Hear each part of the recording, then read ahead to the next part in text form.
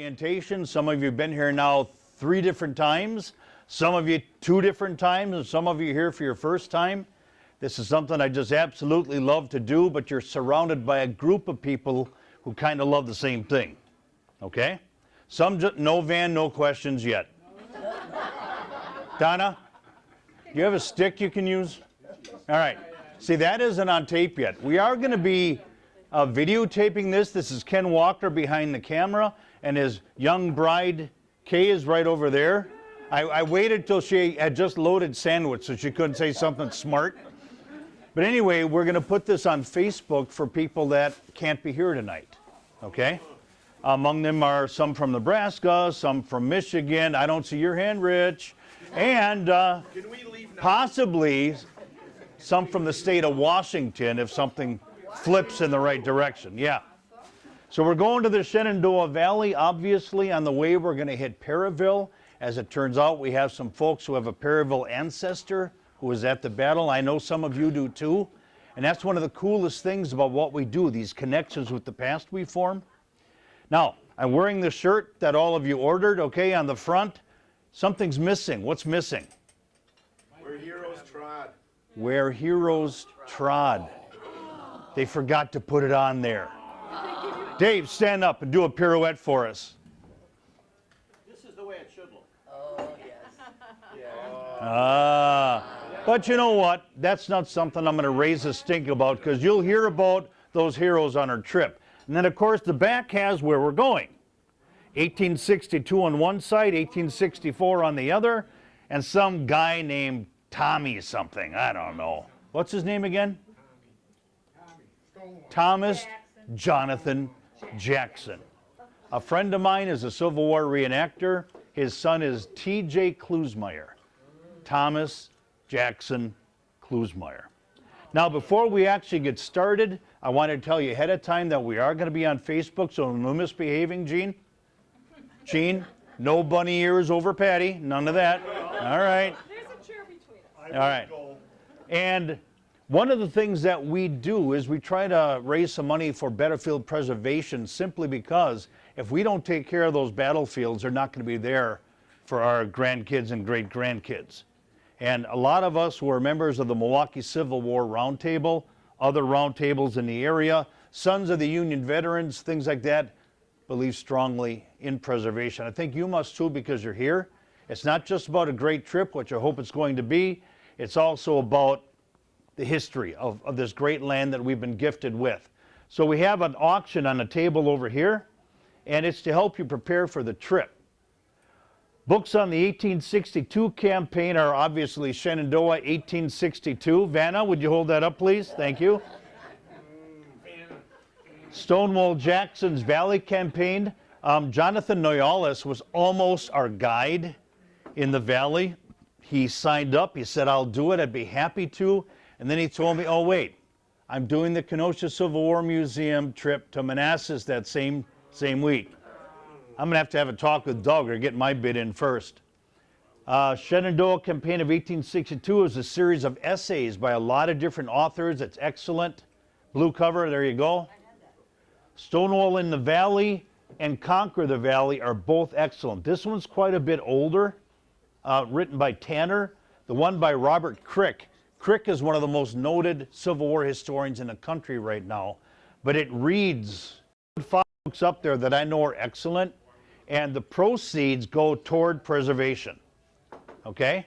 On the back wall, we'll talk about that later on, and a few other things that I just found out today. These are the 4 books in the 1864 campaign. And the 1864 campaign, we have Shenandoah Summer, the only book up there I honestly haven't read. See, read, that was a Q, okay?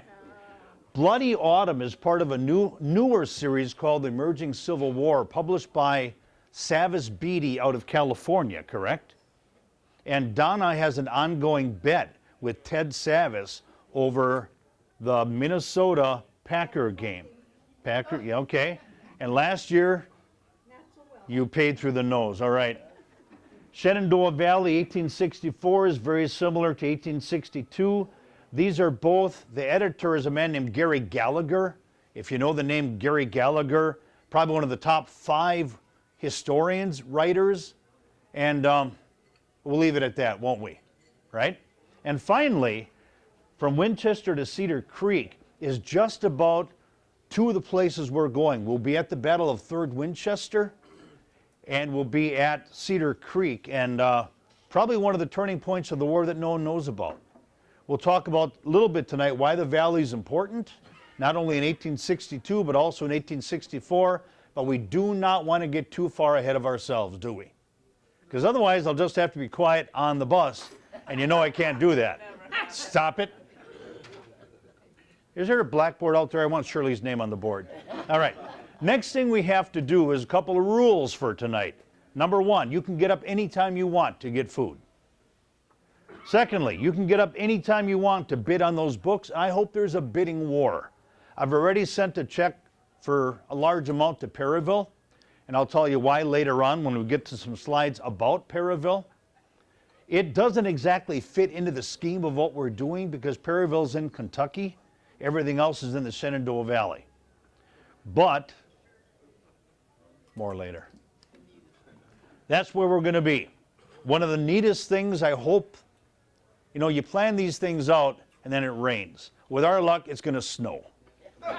But we can handle that. We're Northerners. More bus time. There, yay! The next thing we have to do is make introductions, okay? There won't be a quiz later on. That would be insane. That'll be the first day on the bus.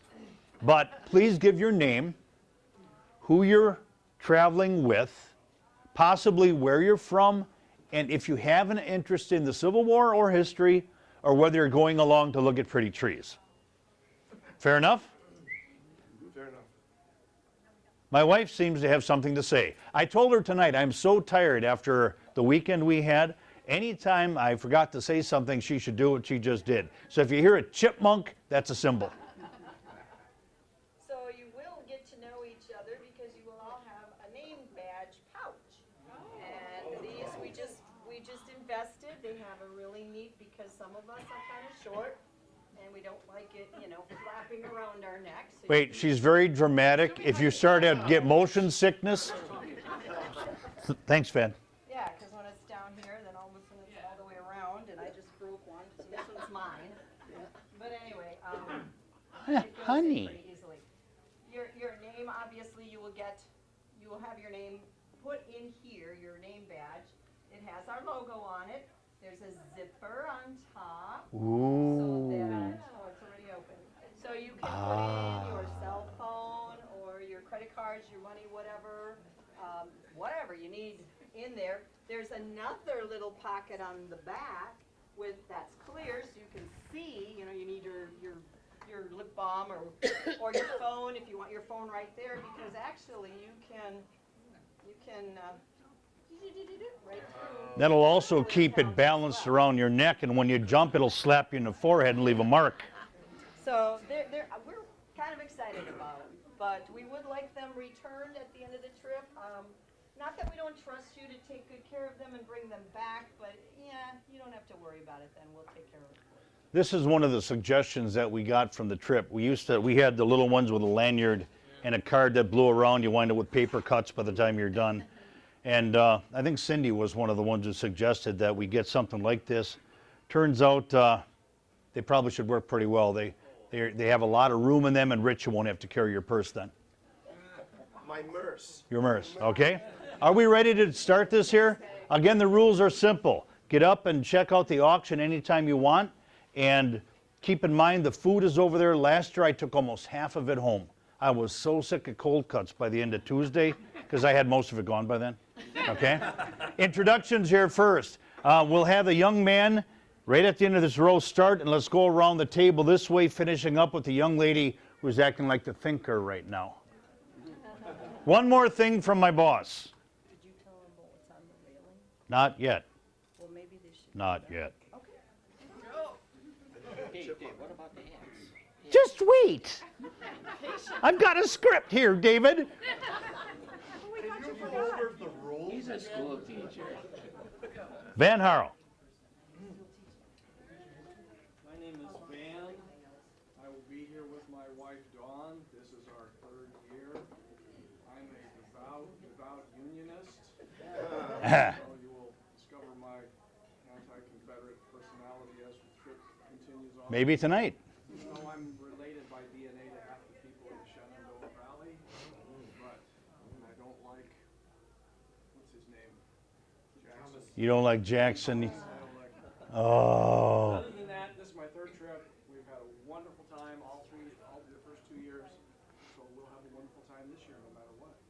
And coming up next is someone who absolutely adores Thomas Jackson. So what could be more appropriate? Yes, I do. I'm Terry Arliskus. I'm here with my husband, Tom. This is our second trip with Dave. We went last year and had a great time. I've been a Civil War buff and studying it pretty much my entire life. And one of my heroes is Thomas Jonathan Jackson, although I do think he fought for the wrong side. Okay. Oh, you two can still be friends then. Good, good. Tom, you wish to add anything, or should we move on to Mr. Conan? You may if you wish, but there is a time limit.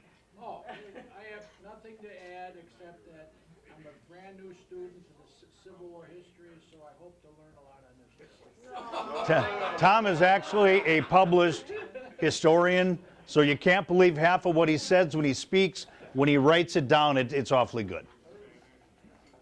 Joe Conan, my third time. Joe Conan, my third time. Just have fun. And first time I was late. I wasn't going to bring it up. I'd like to forget about that, okay? We won't. We won't let it go. My name is Dave Zunker. I'm from Fond du Lac, and this is my third trip. And every time I come on one of these trips, I learn so much more about the Civil War than I started out knowing. And it's amazing how much, when we get to the trips, and Dave picked out these guides, how much these guides really can help us. Hello there, Brad Lennick from Waukesha here. This will be my first trip, and it all looks great. Welcome, Brad. We didn't mention the special initiation. Well, there's a few new ones, so I'm going to expect you to get that ready while we're doing introductions. Fran? Oh, well. Okay, well, I'm Fran Trewin, and this is our third trip, and this is my husband, George. And we heard about this through word of mouth. I have always been a lover of the Civil War and all the history, and I'm crazy about it. Took him along on the trip. The minute we got to Harper's Ferry, he was hooked. So now here we are for trip number 3. We're from Oakfield.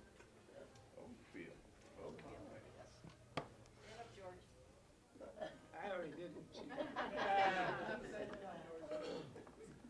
John Jens from Bewaskum, West Bend area. This is our third trip. I've always enjoyed the Civil War stuff. I just watched Ken Burns' program on TV this last couple of weeks and learn more every day on that. That's why you're sounding more like Shelby Foote every time. I'm his wife, and I enjoy everything about the Civil War. John, as soon as he gets a book or something, he's got his nose in it all the time. I don't even get a chance to get in it, but I really do enjoy these trips. And your name, ma'am? Ms. Marie Dins. Okay. John and Marie. Yes. I'm not gonna get off my back, this is bad. I'm Donna Agnelli, this is my second trip. Student of the Civil War for many, many, many, many years. I also am the editor of the Milwaukee Civil War Roundtable newsletter, along with my faithful companion in crime, Mr. Wagey there. We put 10 Tonto. issues out a year of that one. So we have a lot of knowledge in this room. And before we go to the other tables, that's something somebody pulled me aside on the first trip. And they said, I don't feel like I belong in this group. Everybody knows so much. And I said, well, first of all, not a single one of these people who knows so much or think they know so much, that'd be me, is going to ever make you feel that way. Ask as many questions as you can. Get to know these people as well as you can. I had a student write to Tom Arliskus this year because he's going to do a report on a spot at Chattanooga, a member of the 15th Wisconsin, Colonel Hans Hegg, who died there. And he wrote to Tom. Tom took the time to write back to him, and Moses walked in my classroom and said, he answered me back. So that might have created a little hook for him, Tom, and I do appreciate it. All right, Van? We had a lady last trip from India. Yes, You know, yeah, Facebook. And you know, American history and Civil War history was absolutely, she really didn't know anything about it. This was like a cold call for her to go on it. And she had an outstanding time, and she learned our history, and actually I was surprised she wasn't here this year, but she did not know our American history. And she Her enjoyed principal herself. didn't let her. Yeah, she was on a 3-month. Her principal didn't let her. Interesting thing is how many of you are friends on Facebook with Lalitha? Okay? So, yeah, 4 friends she didn't have before. And if you're looking for somebody who's incredibly interesting, because she is a Teacher of the Year multiple times in her area, Lalitha Morali. You can contact one of us and we'll let her know that you're okay.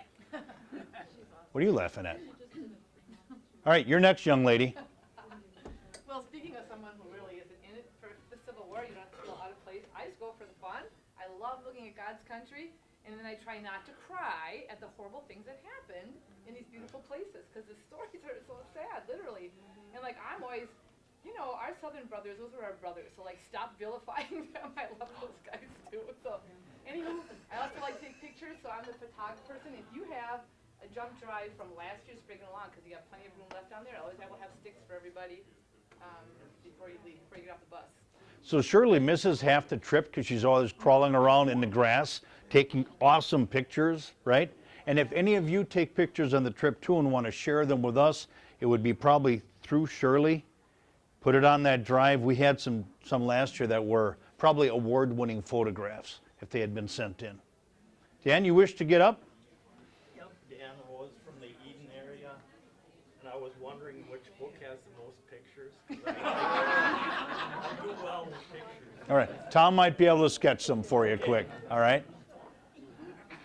Dale Rose, Dan's brother, I don't like admitting that in public.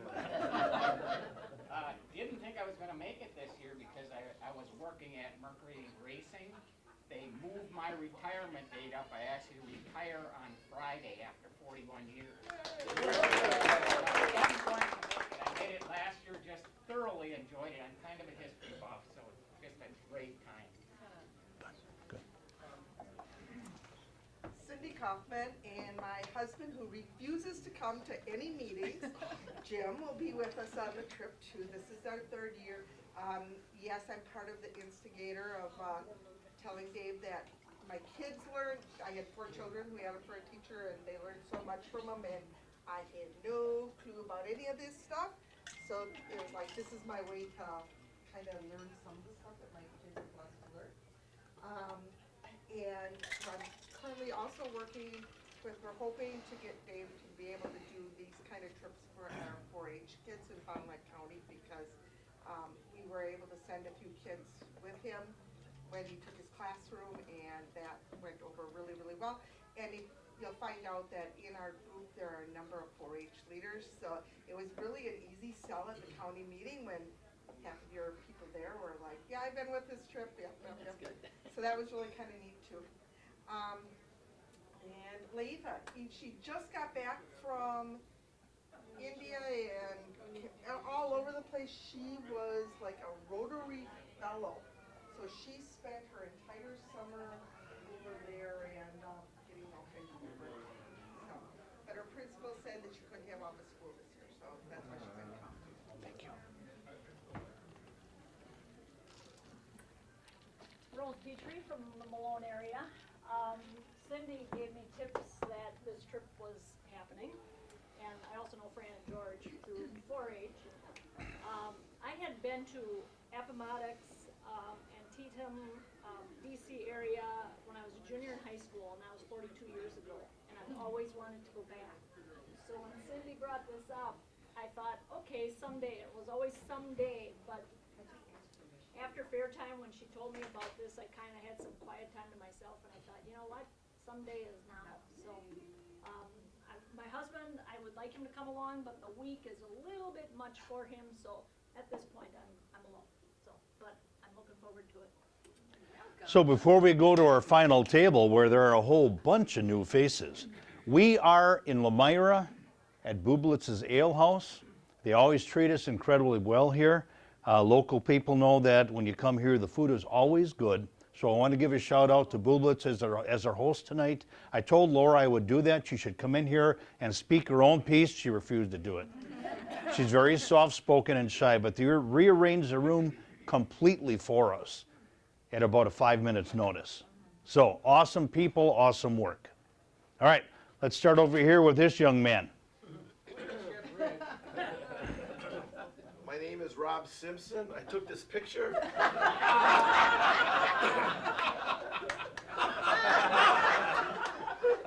There's more to follow. There's Laura. She's our host. Yay! On YouTube for the whole world. Hi, everyone. Your hair looks fine. Oh, good. You guys have a great group back here. Thank you for coming. Yeah. My pen name is actually Rich Callen. And my bride, who most of you are familiar with, decided to take a powder this year, and not attend, not come, not even come today. I'm hoping when I get home from the trip that the house is going to be redone, new floors, probably a new kitchen. You're hoping? So, anyways, she won't be here. Many of you know Barb. I belong to a Donna's Civil War group, the Prairieville Regulars. We have monthly meetings on Civil War topics. We coax Dave to come back every couple of years. He gives a nice talk. I also am a son of a Union veteran of the Civil War. My ancestor, great-great-grandfather fought in the Civil War. I'm with the Camp 15, Colonel Hans Christian Haig Camp, Wind Lake, Wisconsin. So I've always had a passion for the Civil War, and once I found out my relative fought in it, Either one. that just expanded it. Coming with Dave's a little stretch, but by the end of the day, by the end of the trip, you're glad you went. So I hope everybody has a good time. It's going to be fun. And my main thought of going on this trip, I thought it was a distillery tour. Bourbon tour. That's what we want, a bourbon tour. So I can't wait for that. We have seat belts on the bus only for one seat. It's his, and it locks. All right. Yes. Unfortunately, one thing you have to suffer through is Rich's jokes. He always has a joke for us first thing in the morning, leaves a lot of us scratching our heads, then we have to laugh because his feelings are hurt so easily. All right, who's going to introduce the next couple? I'm Dave Steinheld, my wife Ann. I am the nephew-in-law of Rich. Our trophies. Oh my God. Come to gonna get through Milwaukee. I know you all watch the news. Milwaukee is as bad as they say, maybe worse. I went to San Antonio. There's food over on the table. So I have some vague memories of it. Beautiful. I can understand why we are also. There's food on the table. That's for you. And I'm looking forward to seeing it again as an adult. So, I turn it over to Ann. Well, we're here, hey Chuck, we're here because Rich has been hounding us. Can you believe it? One of these trips. He said, these are great people. Many of them are good Lutherans like us. So, we're not good Lutherans. So, finally, I retired. Then Dave retired. We had no more excuses. Uh-huh. So we said, now is the time. I had some excuses, but you shot them down. That's my job. Anyway, I we can look see forward it's to related it. to now. Oh, yeah, you look coming. You know some jokes too, look out. Okay, but we look forward to this whole experience. It's gonna be wonderful. I need to know which books to read, and then we'll proceed from there. And I'll bring my camera. Thank you. I'm Rich Lorenzini, it's my wife Diane. I'm coming because of Rich too. It's our first time, so Rich is a good salesman. We're the only people here from the land of Lincoln and Grant. On your side, so. But we're actually from Wisconsin. I hear that. Wisconsin. Yeah, so we're good people. Anyway, Civil War, I read all the books in their library, the Cut A library on Civil War. And when my sons were young, I took them to Gettysburg, Appomattox, And Manassas, and did you go anywhere else? Chattanooga. And the 4-year-old at the time said, Dad, this is really boring. He didn't like Manassas, he didn't like the My tour heart. of Manassas, I don't know why. It was pretty interesting. And he became the history teacher, and he said, well, I was bored. And, yeah, mathematics is great. So anyway, so I'm very interested in this tour. So I hope I recognize things. And then my wife has a connection to Perryville. Oh, wow. Yeah, So my name's Diane. I do a little bit of genealogy, and so when this trip was coming up, I suddenly thought, I gotta go back. Wisconsin State Historical Society has the biographies of, I guess, every guy that was from Wisconsin in the Civil War. And so I thought, I should go back and look at those. Well, I didn't recognize Perryville until I went, hey, that guy was at Perryville. So I think it's gonna be very meaningful to me that I had a relative that was in Perryville. I had He didn't survive the war, did he? That one, I don't know, I keep getting confused, but I had 2 great-great-grandfathers and 3 great-great-uncles. The uncles all died, and the 2 grandfathers survived. So anyways, looking really forward. That's my wife, Kate. She's not going this year, but she has come to a couple of. Working on it. She just started a new job, I don't think. Kay allows Ken to come along, though, and for that we're eternally grateful.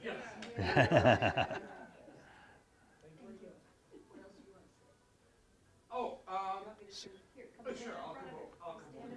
All right. We're on a time limit, Ken. Okay, my name is Ken Walker. This is my second trip. I think we're going to try to expand and try to do video of the speakers at the site. So then later on, either a thumb drive or DVD. We're gonna try it. Hauling a tripod around and microphones and stuff like that. I'm gonna try. He's already recruited Dale. Dale to help. I just need an assistant to walk around, but we're gonna try it so then we can have more memories than just the still photography. My great-great-grandfather was in the Manitowoc Regiment, and then his brother died at Rappahannock Station, November 1862. Excellent. Why you do this video stuff? Well, right now, Milwaukee Civil War Roundtable and Manitowoc County Civil War Roundtable are on my YouTube channel, or the channel that is affiliated with Milwaukee Civil War Roundtable. So, just in case at the end of the year you couldn't get to any of the presentations, then you can watch them on YouTube for free. So, thank you. Thank you. Young lady in the back, you're next, standing up to curly hair. I'm Kay Waggy. I came along for the scenery. And what's the shirt you wear? I am wife of the Civil War nut. Yes. I have a wonderful sweatshirt now. It's pretty offensive. Yes, that says Civil War nuts white. That's it.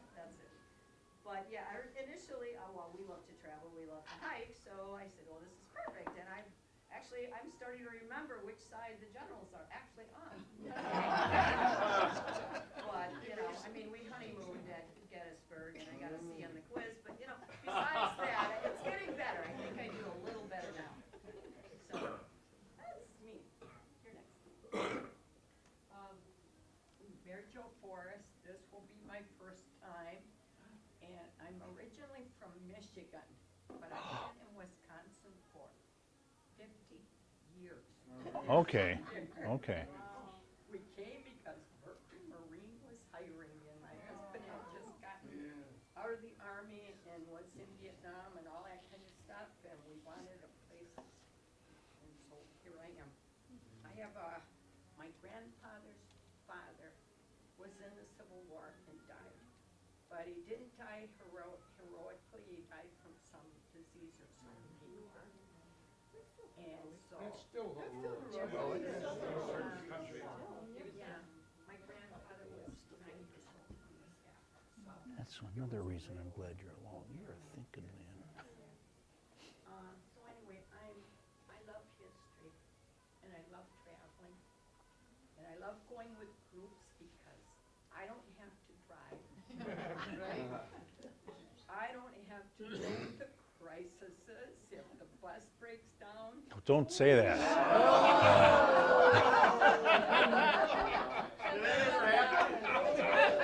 This isn't even real wood. Anything goes wrong, I don't have to deal with it. I can just sit back and enjoy. So. Don't lose your cell phone, okay?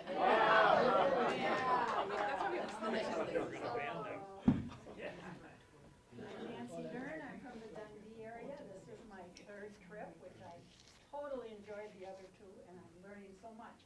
I am not one of the knowledgeable ones. I ask lots of questions, and I'm looking forward to a few of you around here to ask questions about. I'm one of the students, but I totally enjoy history. My mom was a history teacher. Now I guess that's rubbing off on me a little bit. Nice job, Nancy. Oh boy. Hello, I'm Gene Prosick from Cascade. She did my ology, she said so. Said genealogy. He said she's in myology. Get it? Genie. Oh boy. We have to explain his jokes normally. Now I forgot what I was going to say. Oh, and to say I learned something on these trips wouldn't be setting the bar very high. And I came with the back of the bus. That's for us intellectual people. That I agree with.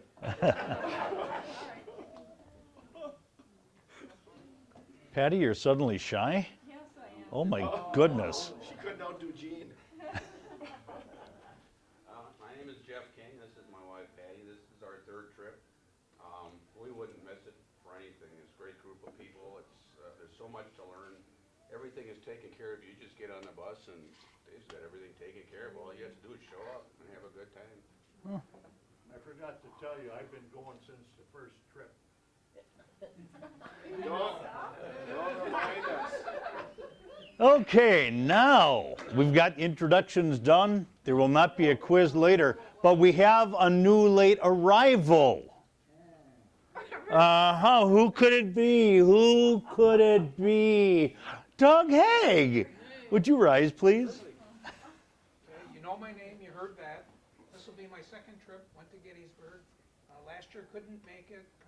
I have a brother that has some illness, some of you know that. So we didn't make that trip. He's not making it because of illness again, but he's still doing well. But I'm going. I'm a member of the Civil War Roundtable of Milwaukee. I think I'm going to give some presentation. To my knowledge, I have German ancestry. They came over in the 1840s. They were conscientious objectors. I don't think we've checked, that I had any one of my ancestry in the Civil War. I love the Civil War, been studying it for years. I can't tell you how many books I've read and I own. So. Nicely done. Glad to have you back, too. Yeah. So anyway, Mrs. Wege. For the new people, give some of your credentials. Introduce yourself. I am about starting my 40th year of teaching. We have 3 weeks in on the school year already. Our school just had a tremendous 25% increase in enrollment. But with a small school, that's 6 or 7 kids. But that's okay. I love teaching history. I love all the teaching that I do, but history is, Civil War especially is my thing. In 2017, I was given an award by the Civil War Trust as an outstanding teacher, an excellent teacher. A Mary Abril Carter Award is what it was called. Mary Abril is one of the staunch supporters of not only the Civil War Trust, but all things Civil War. She is from Chicago, and that's all I want to say. Good enough? Where are you from? I mean, where do you Oh, I teach at Wacusta Lutheran Grade School. Cindy's kids, how many of you have kids in my classroom? Okay, yeah. And yeah, you had 5 kids in my classroom, didn't you? Yeah, I think I know them. But Cindy one time said to me that you really ought to do this trip, and I just didn't have the confidence to take a group of adults out. And so we did a kids trip to Gettysburg, Harper's Ferry, and Antietam, not in that order. And I thought, you know what? Let's try this with the adults next time. So the kids were the guinea pigs for you. Last year you went to Chickamauga, Chattanooga, Franklin, Spring Hill, and the kids followed, so you were the guinea pigs for them. So I love doing this. Best yet, welcoming Doug back gives me a reminder that we like to say that we are a group of travelers who have become friends. And that's one of the coolest things about the group. You know, we run into each other all over the place, right? And it's just like finding an old friend, seeing an old friend. This year, we are going to curtain off the back of the bus with a bed sheet, however. Let's get moving, shall we? All right.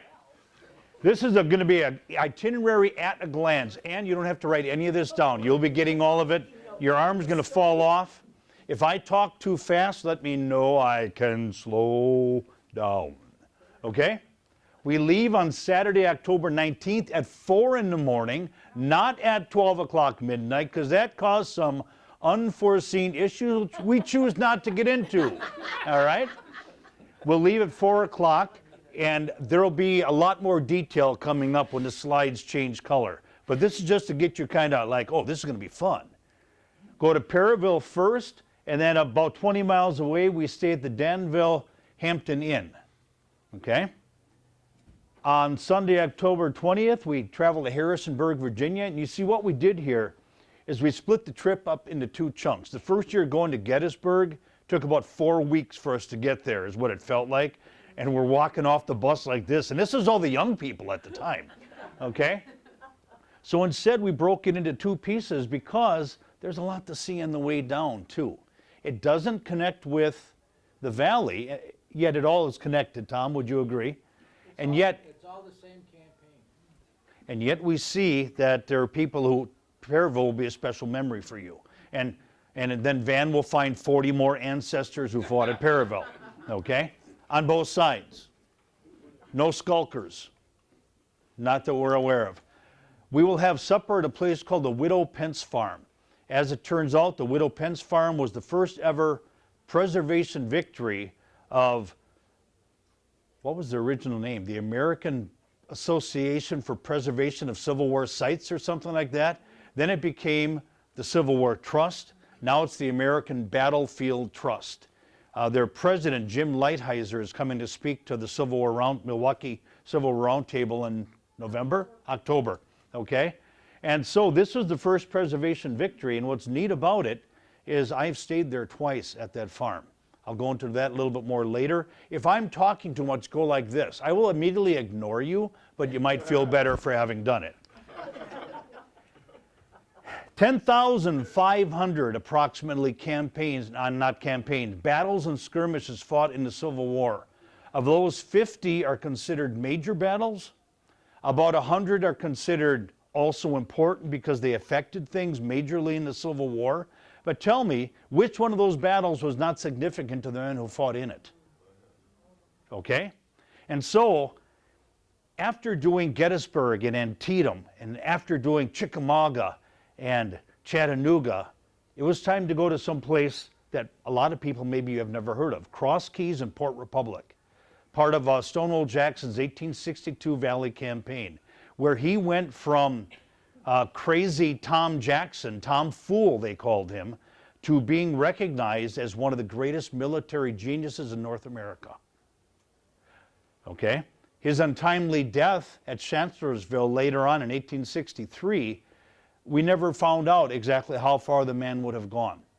But in the valley, he shows a genius for strategy, for logistics. His troops are called the Foot Cavalry because they move so fast on foot. And he completely befuddles 3 times his number of Union troops. And actually, we can't say much more because we'll be talking about it on the trip. But I want you to be excited about it. Who's never heard of Cross Keys?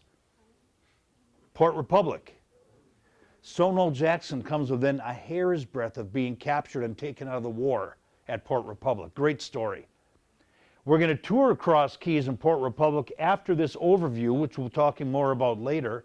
And I'm going to be doing a lot of the talking on this. I'm sorry. I'm apologizing already. But as much as I love Gettysburg, as much as I love Chickamauga and Chattanooga, my heart's in the valley with these 2 campaigns, June 8th and 9th of 1862. Absolutely love it because I can get my head wrapped around it. Gettysburg is just too massive. Chickamauga is too hidden in the woods. Chattanooga, I get nosebleeds, you know. Cross Keys and Port Republic are so understandable, and you can see why things work the way they did. We'll be going to some spots that I bet none of you have ever been before, maybe not even you, Tom, I don't know. We'll find out, because they've just recently been opened up. Then that evening will be a wine tasting at the Bluestone Vineyard. Okay, it's not too late, all right? All right, and we'll talk more about that later on. It's one of the places Kay and I went last time we were in the Valley, and they treated us the first time we met them like old friends too. That's why we're going back there specifically. So those of us who like wine, do we get to buy as much wine to take back in the bus as you brought back in that? I don't remember ever buying any Yingling or anything. Do you guys, anyone remember? Not a one, Cindy. Not after I drank it. Yes, yes. You just can't stop and distribute along the road on the way back because you don't have a license. All right, we're touring Newmarket. This is now 1864. At the Battle of Newmarket, we had a German general named Franz Sigel up against the former Vice President of the United States, John Breckinridge. And as the lines were crumbling, he did something he didn't want to do. He called in a bunch of 12, 13, 14-year-olds from the Virginia Military Institute. And we're going to stop right there too, but part of the battle is called the Field of Lost Shoes, because as they were sweeping across the battlefield, thunder and lightning storm hit, and the deluge. Cadets ran through, left their shoes behind after the battle. There those shoes were, very similar to maybe some museums you have seen where shoes represent the lost. We'll also be doing a tour there of the home that still exists from that time. Then we're going to be heading from Newmarket up over Skyline Drive, okay? Skyline Drive is one of the most beautiful places on the planet. That the photograph on the front was taken from Skyline Drive. Again, there's a lot more detail coming tonight. This is just the teaser, okay? 3rd Winchester with historian Timothy Smith. Cedar Creek with a National Park Service ranger. And maybe you're starting to see the plan that we follow. We always get at least one recognized historian. This trip we have 2, 3, okay? And Tom, I'm counting you among those because I recognize you. All right?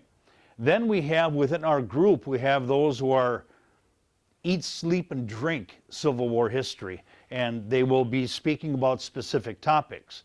Rich, next year you're in, like it or not. I know how shy you are, okay? No, you don't get to talk yet. That's next year. I'm taking a year off. Well, maybe Barb will come back then. All right. On the way back, we're taking I-81 north, and you don't travel I-81 to see the valley. You travel to get from A to B. But on the way back, we're going to travel the Old Valley Turnpike, which was a macadamized road back in the day. And what that meant was crushed gravel. And the troops had never marched on anything so fine. Then they would come to a bar across the road. And here stands this very brave soul trying to charge a fee for people passing through, the Valley Turnpike. And they would lift the pike, turn the pike, and the troops would be able to come through. We'll take the Valley Turnpike back to our hotel. Thursday, we're leaving the Valley and heading to Bardstown, Kentucky. Okay, now Rich. In Bardstown, you're going to have a choice to make. There's a Civil War museum, which is very, very similar to Old World, Wisconsin. Excellent stuff in there. I talked to our historian from last year, whose name was Will Green, A. Wilson Green, and he said they've got some really good stuff there and some stuff at this time I choose not to mention. Okay, some things he thought might have been a little different. Others will have the chance to sign up to go to the Barton Distillery.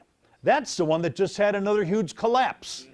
And how many more barrels did they lose? So there are tears from Rich Callen's home. Now, Tom and Terry, have you been to the Barton Distillery? Yes. That's 1791? 92 tour. Okay. So that's one of the things, Kay, we have to remember to have people sign up for tonight. Are you into the museums or are you going with Rich? Okay? Finally, we head back home again from the middle of Kentucky rather than from the Shenandoah Valley, which cuts our travel time and our bus time in half.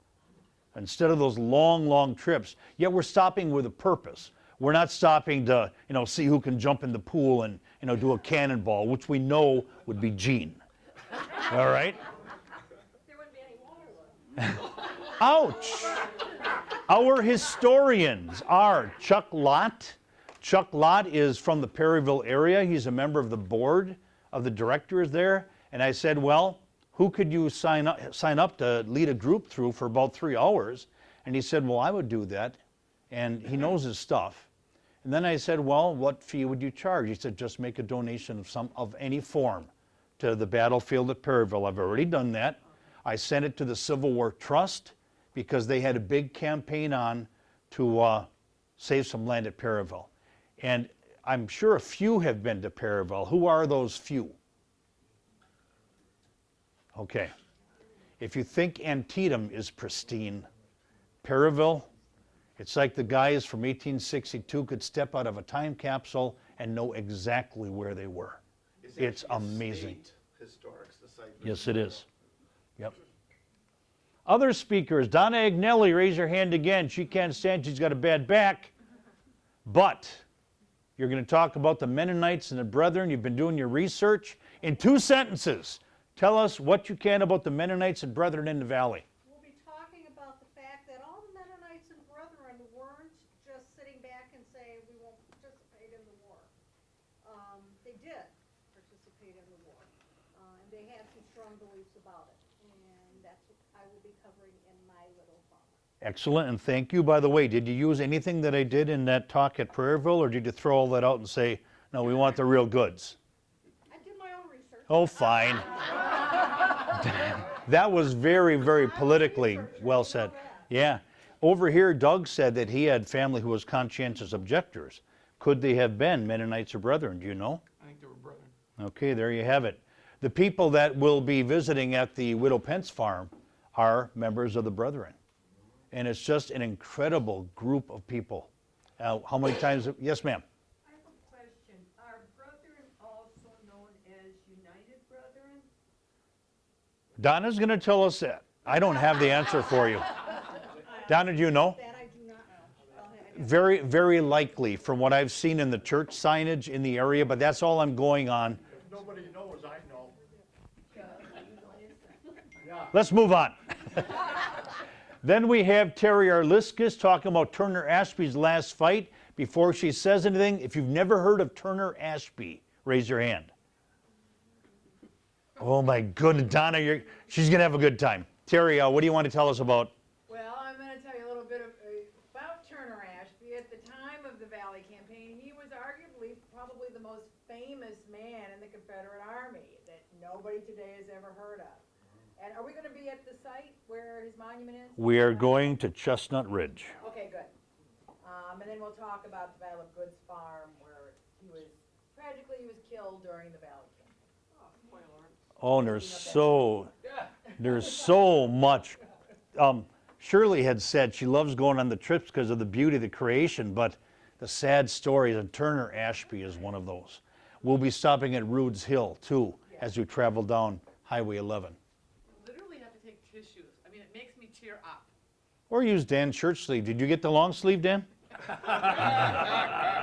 got the long sleeve. You got the short sleeve. Tom Arliskus, our political pundit, is going to talk about the valley as the breadbasket. You've heard of the Shenandoah Valley as the breadbasket of the Confederacy? Yes. That's part of its value to the rebel cause. Tom? Yeah, basically, if you read any if you go to any of those books and open it up, the first thing they'll tell you is that, oh, the Shenandoah Valley was the breadbasket, I'm going like, okay, well, what does that mean?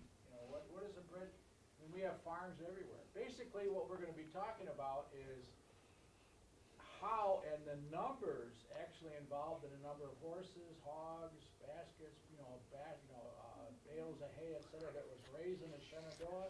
And we'll also have a list when they came through in '64, Sheridan's, they call it the burning, when they went through Shenandoah.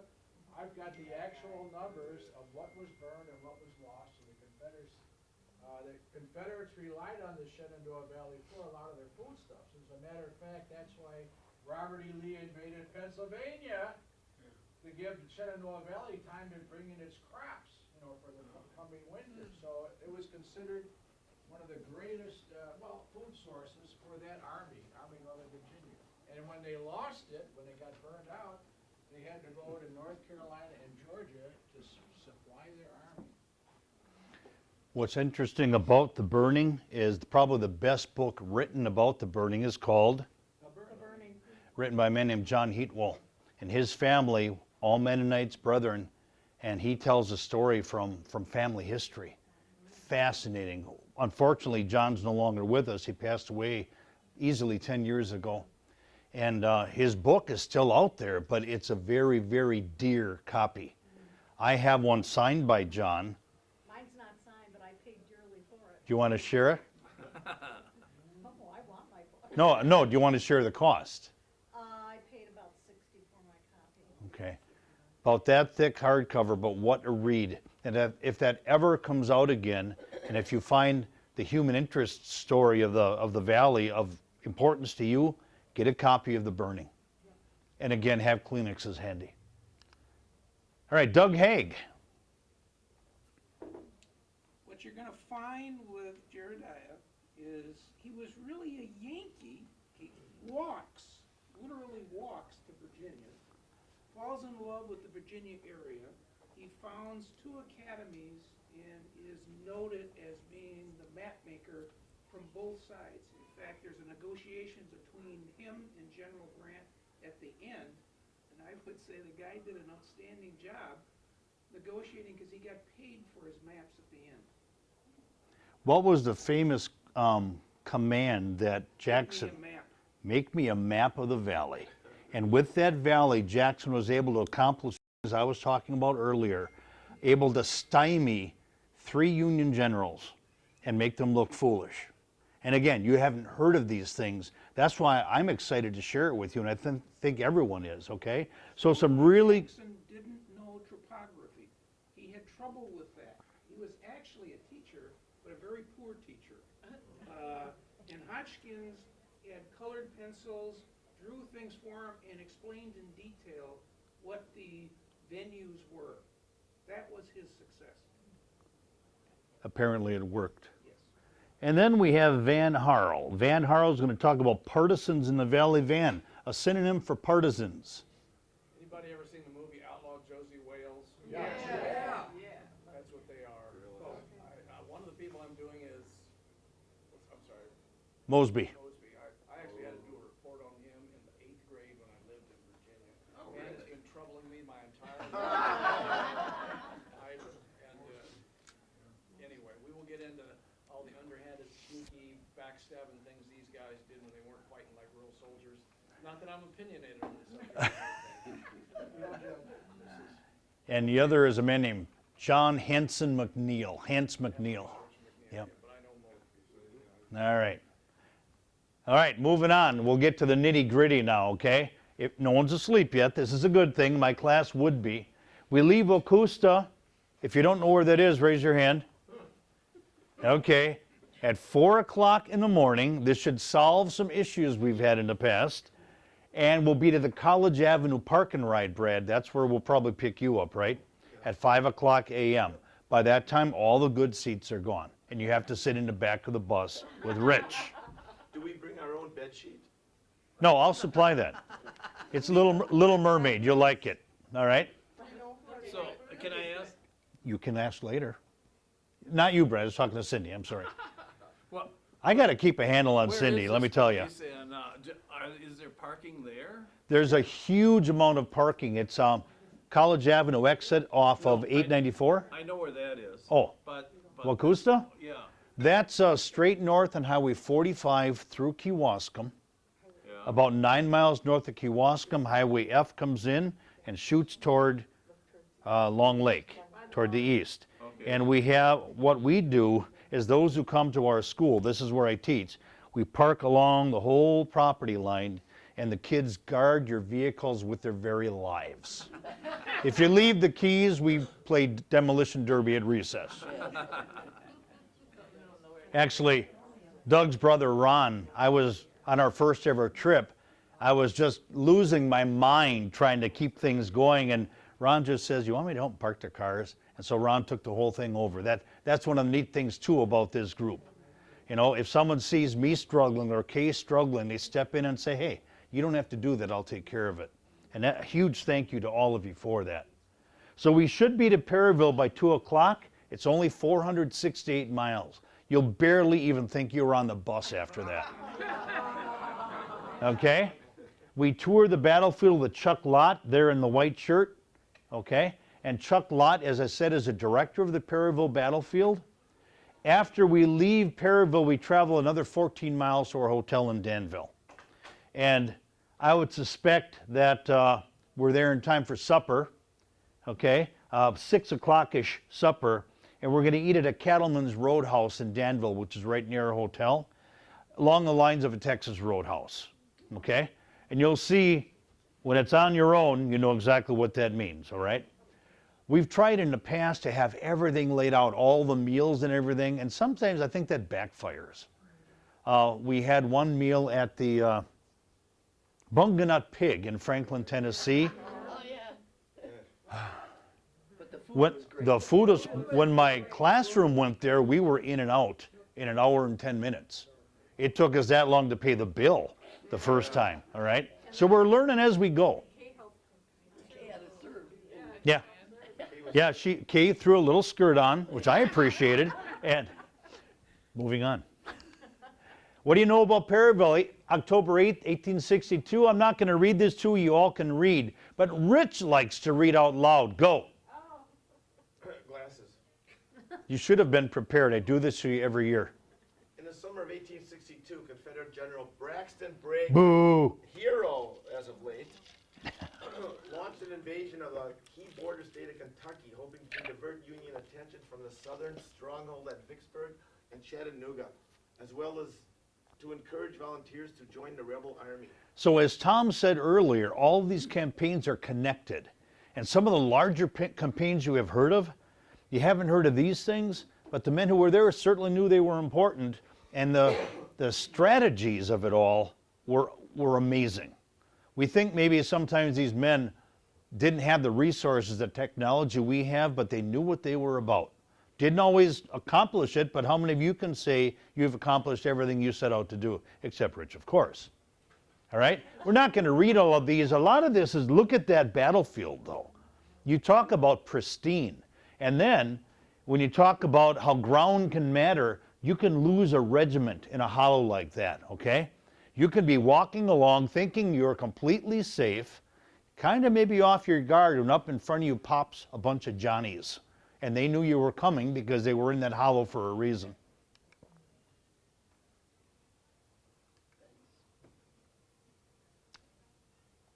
General Bragg, would you read? Despite being the Confederate high water mark of the Western Theater and one of the most important battles of the American Civil War, most people, including many Civil War buffs, know little about the Battle of Perryville. Consider these facts about this watershed battle in the Western Theater. So I just went to the website of the Civil War Trust, the American Battlefield Trust, and for those of you who want to do some light reading ahead of time, American Battlefield Trust, and you'll see up in their heading, there are some drop-down menus. You can find information about every battlefield in the Civil War, all 10,500 of them. Okay, all of the resources are free. They have maps galore. The maps that are connected to our study, I will supply for you. So you don't have to run those off. I'll give them to you in living color. I'm pretty good colored pencils, all right? And now just some basic facts from the Trust website. I'm not going to read those to you, but just consider them as we enjoy this slide. Back. Okay, so fact number 3.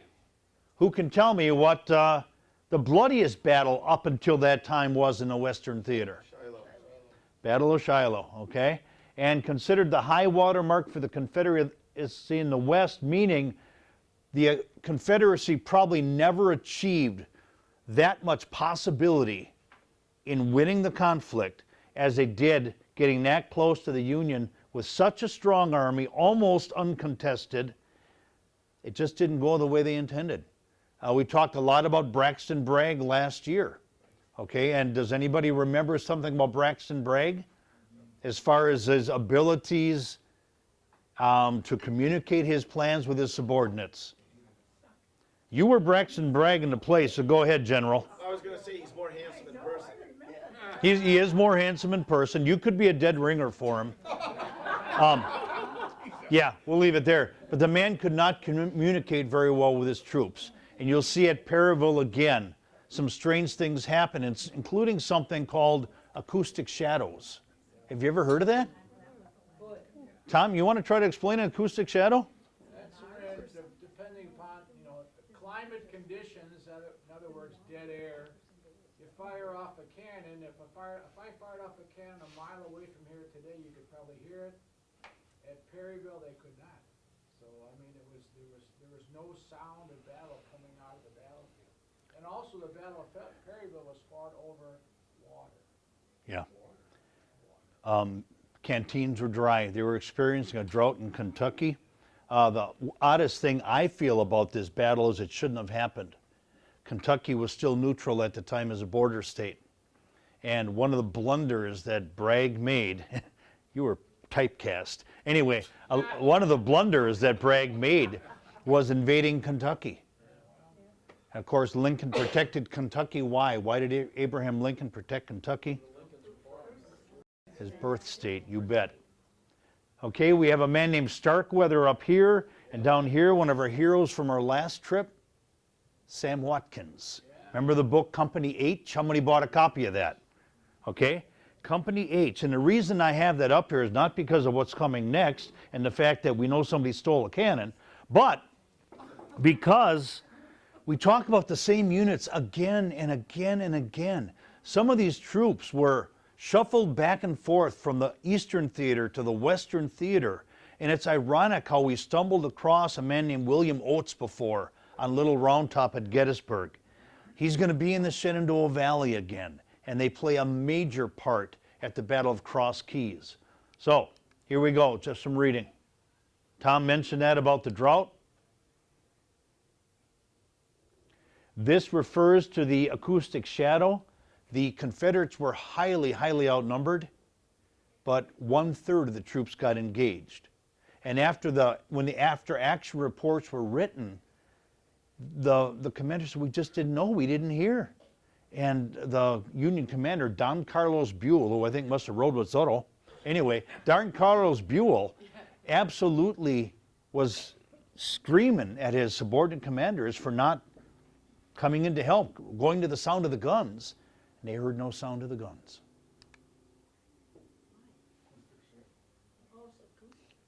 Sam Watkins wrote 80 years after the fact, and every battle he was in was the hardest fighting he experienced. And then here we have Van Harl's greatest love, the Henry rifle. Oh boy. Kentucky was the first commercial place the Henry rifles were sold. You could walk into a hardware store and buy a Henry rifle. And so both Confederates and Union in 61 and 62 they're literally walking into stores and buying Henry rifles. Which were repeaters. Okay, instead of your single shot muzzle loader, your Henry repeater could get off 7 rounds because the originals had 7, right? 15. Okay. I thought they said you can load it on Sunday and shoot all week. Okay? That's what they said. Ones were sold in Kentucky. That's why so many of both sides have them. They bought their own. Okay. And, what's that? Oh. And what's interesting is there's also many, many generals who were famous later in the Civil War that also had family who fought elsewhere on the field of conflict. Okay, can you name who those two are? We've met MacArthur before, right? At the Battle of Franklin and charging up Missionary Ridge on Wisconsin. 24th, Wisconsin. So there's a lot to learn, and Chuck Lott will cover a lot of that. And again, you talk about pristine. So our first stop after a day in the bus is going to look like that in October. All right? Sunday we go from Danville to Harrisonburg, it's only 420 miles. And I think that's doable, okay? By that time, Gene's had his nap. We figured out Rich's jokes. We arrive at the Sleep Inn. If you want to check these out online, I'm going to the Sleep Inn in Harrisonburg because it's perfectly located for our travels. But also, I looked around, I always look at the ratings. I don't read the reviews because the only people who write the reviews are the ones who have something to complain about, okay? Okay, I do read them, but I don't put a lot of stock in them. This thing has got 4.7 out of 5 stars. Very good breakfast. We always look for something with a good breakfast because it saves us money ultimately, and we're paying for it anyhow. Okay? Then we go to the Widow Pence farm by 4 o'clock. There, I originally had sent out some literature that talked about having a wood-fired pizza company bring a truck out to us. Unbelievably poor communication. I said, I don't want to risk that we're sitting there waiting for a pizza truck, kind of like George Armstrong Custer was waiting for reinforcements. All right? Was that good history right there or what? Then Dr. Hess, the owner of the property, the man who's had that first significant preservation victory for the trust, is going to give us an overview of the Battle of Cross Keys, and I hope you'll talk about Port Republic too. The second time we stayed at that Widow Pence farm, he took me on a personalized self-guided tour, took his Cadillac Escalade up slopes you couldn't believe, and I'm like hanging on for dear life, and this happened over here, and this happened. Dr. Pence was phenomenal, all right? Dr. Hess, excuse me. There is the Widow Pence farm, okay? The original house looked nothing like that. This has been reconditioned. If you've seen my Facebook, my personal page, the swing we're sitting on, Kay and I, is right at the end of that porch. Oh, again, the swing we're sitting on is right there. Yeah. At sunset. This is, yeah, here is Dr. Hess. He, again, is very involved in preservation in the valley. Very soft-spoken epitome of a Southern gentleman.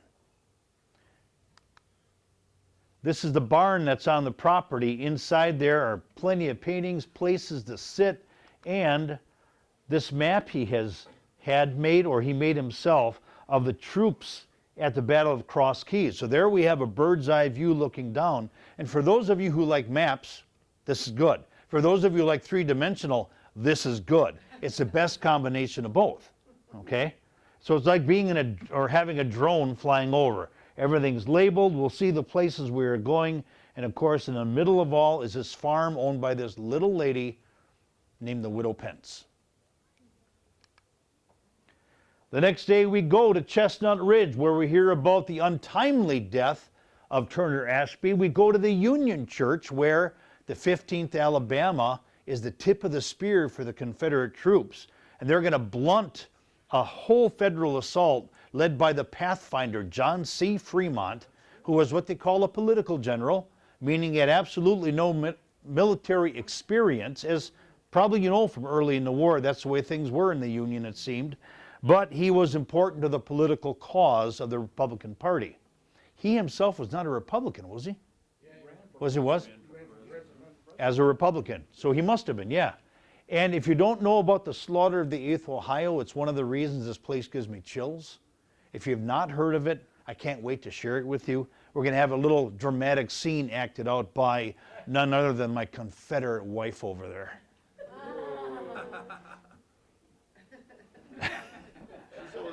Then we have what's called a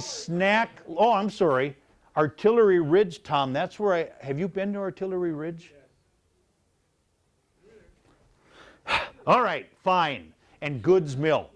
These are all parts of the Battle of Cross Keys, in the same way that Little Round Top and the wheat field and the railroad cut, McPherson's Barn and Ridge are part of the Battle of Gettysburg. And these are things you will be able to wrap your head around because they're logical when you see the lay of the ground. And I'll keep coming back to that again and again and again. The ground matters. Then we have what's called a snack lunch. What incarnation is this snack lunch? You get that? What incarnation is a snack lunch? I'm thinking all of you have different tastes and desires, so I'm asking you, I think twice we thought, there'll be an opportunity for you to bring whatever you want to hold you from breakfast till supper. Whether it be, beef sticks, whether it be string cheese, something that's individually wrapped, granola bars, apples, orange, whatever you can carry that won't get smushed, you can throw in a backpack, or we'll provide a cooler. So, does that sound okay? So twice you bring something that will tide you over. And the reason for that is, I am happy and proud that we haven't had a lot of complaints on this trip, but last year we were overwhelmed with complaints about the food. We ate too much. Oh man. And I looked at people right in the eye and said, "Are you serious? You ate too much?" It was so good. I did not complain.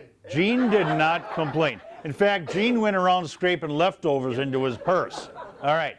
But the snack lunch, because what we try to do after a trip, we send out a questionnaire. What did you like? What could be improved? Okay? And one thing people said is we don't want to waste time eating a lunch, especially after the bunganut pig, where it took 2 hours for something that should have taken 45 minutes. And we lost precious time at Carnton Plantation last year. Okay? So that's in response to what we have heard from. Where are you going, Joe? Get something to eat. What time we leaving? 4 a.m. Good. All right. Now the day You're excused. The day. Oh boy, no. I want Joe to know one thing at a time. Nancy? Where are we gonna be able to purchase this snacky lunch stuff? Mrs. Wagey, you have the floor again. Can you pass up what you want? Bringing it from home? If you're trail mix, Well, that's okay. that's up to you. I was thinking things that, but if you need a cooler, we can provide a cooler. I don't know if we can buy stuff once we get to Harrisonburg. Well, the second reason for the snack lunch is we are not in a metropolitan area like we have been in the past. Okay? We're going to see barefoot folks this year. And The Mennonites? to be able to run to a restaurant and then run back to historical sites is going to cost us too much time on 2 specific days. And that's part of the planning that I do. I've been planning this since before our last trip. Okay? What I think she's asking, is there a grocery store close by? And what he's trying to say is no. So we have to bring He's a non-perishable teacher. snacks. Our hotel is surrounded by a mini mall. There will be a GNC there, things like that. So you will be able to purchase your food there. Just Kay and I tend to want to have it all set up ahead of time because both of us are that way. You will have plenty to eat there. They're available for you to purchase. Dave, did you say we could bring a carry-on cooler for us? I did. I just didn't hear that for sure. No, I didn't actually say that. Kay did. We'll have coolers on the bus, okay? In the past, we've had electric plug-in coolers, which worked so well. Joanne brought one, and we brought one. In the meantime, ours bit the dust. We did bring coolers that went under the bus. Yes, we have coolers for under the bus, and we have a 55-passenger bus. And so there will be 3 or 4 seats, plus in the back, where we can put coolers for anything that is perishable. Every hotel has ice machines. I will talk to them ahead of time and say, you know what, this is our situation.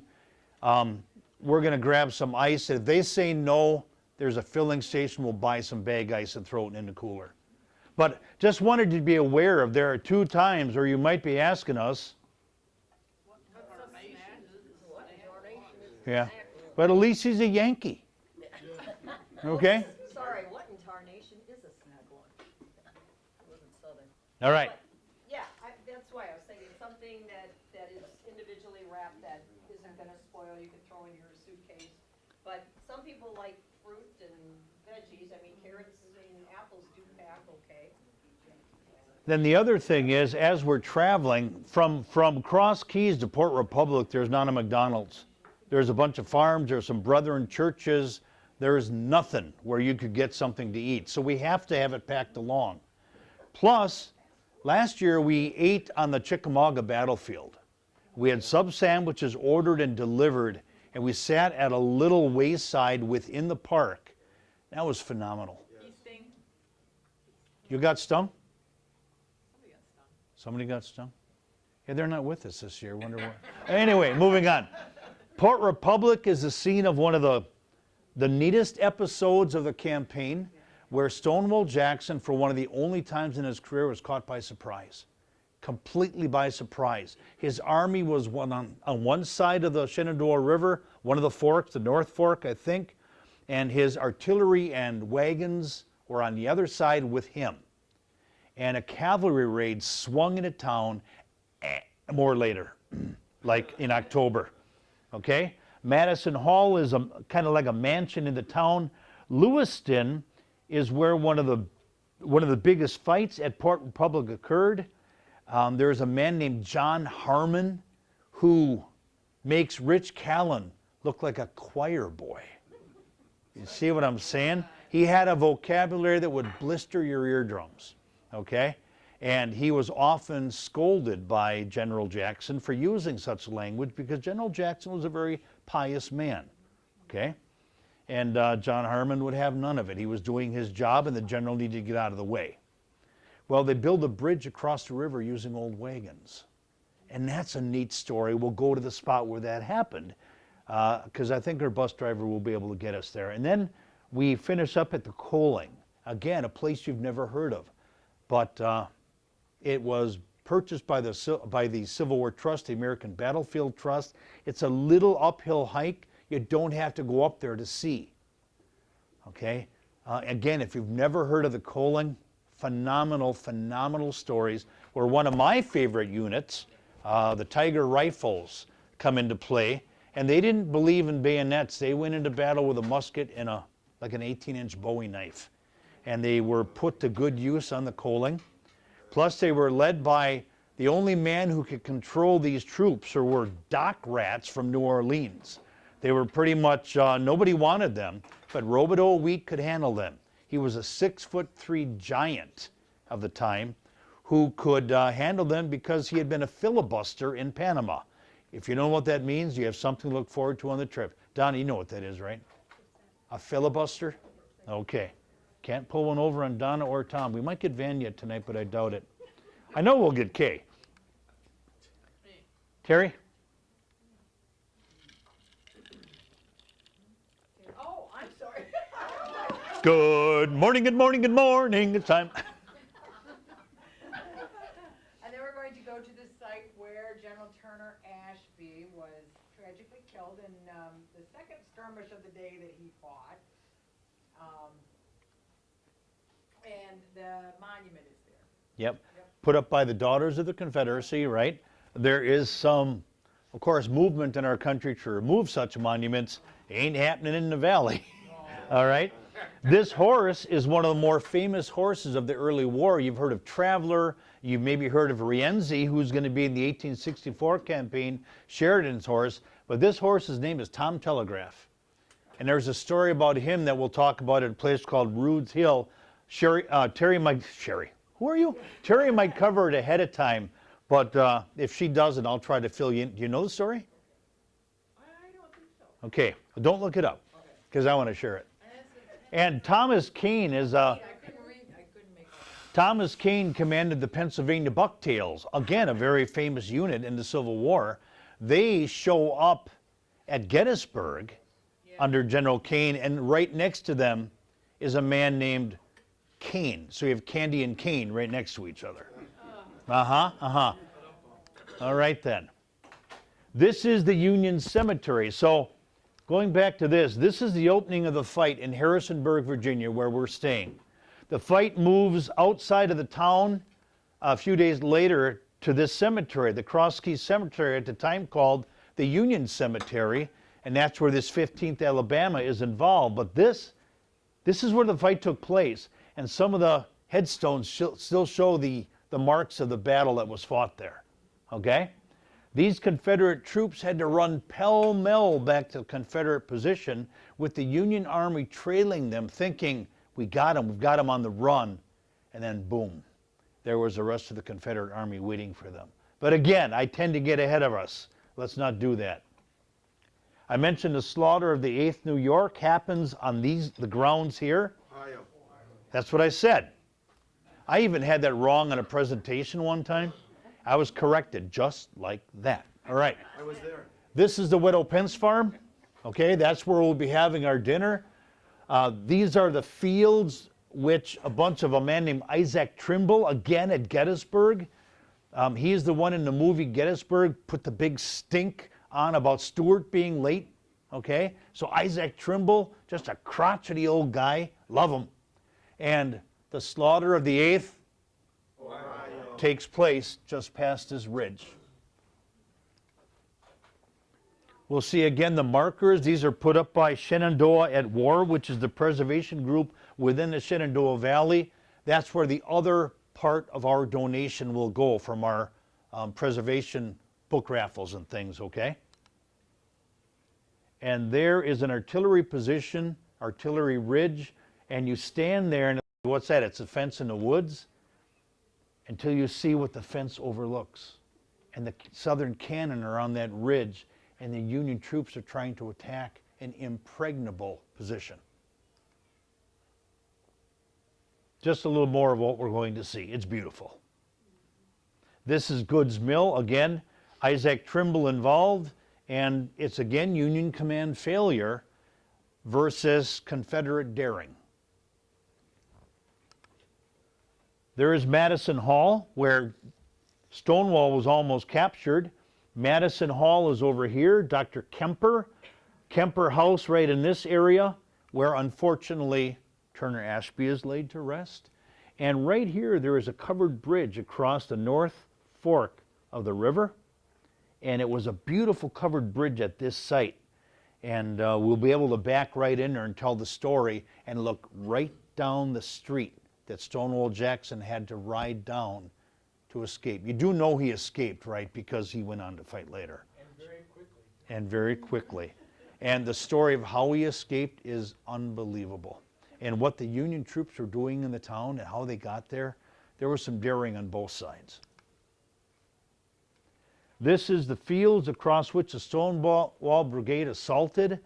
I think by the end of this campaign, Jackson was just exhausted, and he was making some mistakes. We'll talk about that here. Again, I don't want to get into it now, but part of the view of this battlefield, this is Lewiston Road. Confederates are coming from our left. Union troops are just in this little hollow right here on the right side of the road. But this is the coaling. Guns in that position dominated the whole length of that line as the Confederates come across those fields. So it's again Little Round Top where the cannons did good work, or Missionary Ridge where they should have done good work, and Sherman Reservation where a man named Pat Claiborne did good work with some brass and iron. And did I mention what happened as the Zouaves came up the hill? They're not wearing their Zouave uniforms anymore. They're kind of worn out. But the fight amongst the cavalry horses on the coaling. And it's only Tuesday. Now I'm going to warn you again, raise your hand if this is true. We have a whole week ahead of us. And I'm saying we have so much to talk about and suddenly we're done. Yeah. Oh, yeah. So become sponges. And that's where the reading ahead of time comes in. You know, do some reading. These books too, if you want to get them at the library, you're not going to hurt my feelings.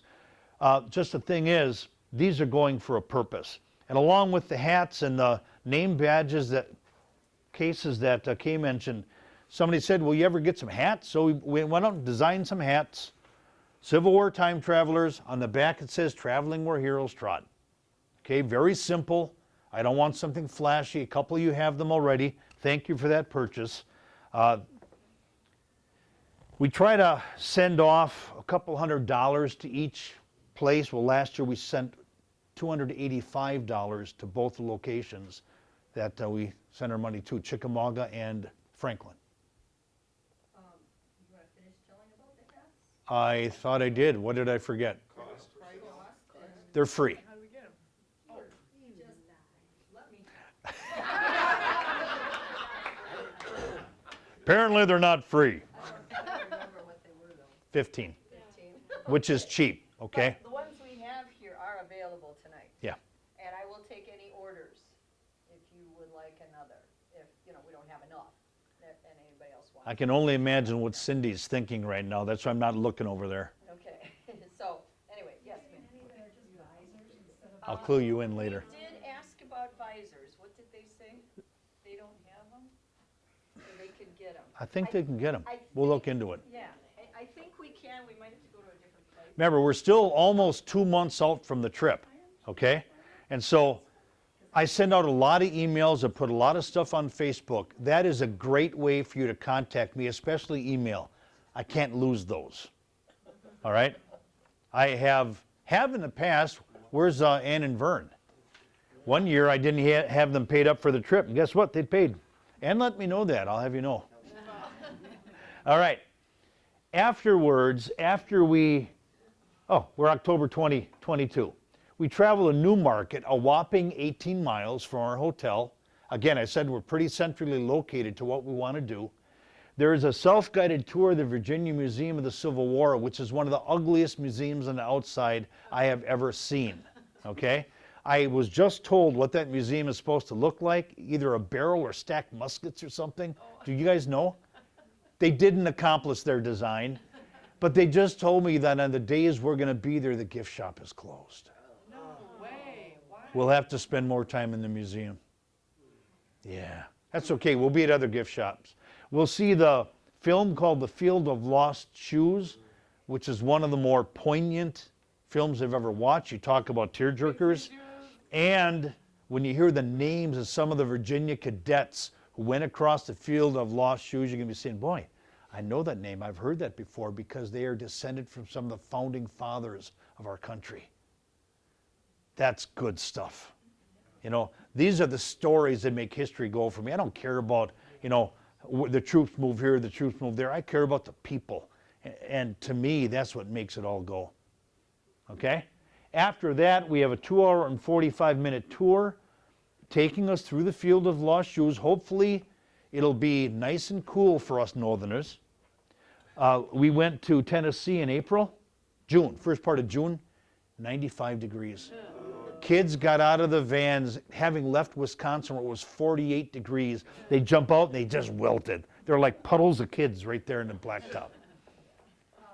If that gets to be a long time for standing, Dave and I found, I know at Cabela's, you maybe can find them elsewhere, a 3-legged little stool that weighs almost nothing, that you can put right over your shoulder and then just spread it out and you can sit down and relax. So I would recommend maybe if you don't like to stand for that long. Or Franny has that cool one that's a cane and breaks down into a seat.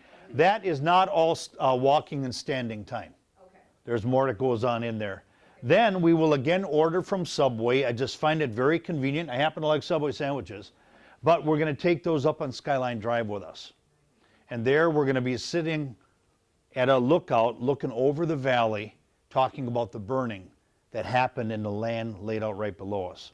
Okay, we'll be spending about 2 hours up on Shenandoah National Park. Okay? Can you backtrack it? The film is a stand-up thing? What was No. The film is in a theater. Okay. Following that is a tour with a guide, kind of like we did at Franklin last year. Okay. Very much on that order. Okay. Then, after we've talked about the burning, we're going to go to the place where a man named Lieutenant John Meigs died. His father was Montgomery Meigs, quartermaster of the whole United States Army, who was responsible for taking Robert E. Lee's mansion and, Donna? Arlington National Cemetery. Because of what's his name? Very good, you guys. Then we go to the Wood Grill Buffet. This is what I was talking about. Does that look like muskets to you? I can see. Of course it does, Doug. But the ground looks a little bit like it's overgrown. That's done on purpose. This is all natural vegetation in the valley, so they just leave it that way, and it looks good. If I remember right, on the sidewalk out front are some statistics carved into the cement, or just poured into the cement, but it is a very, very good museum inside. Kind of looks like that. This is the Bushong farm.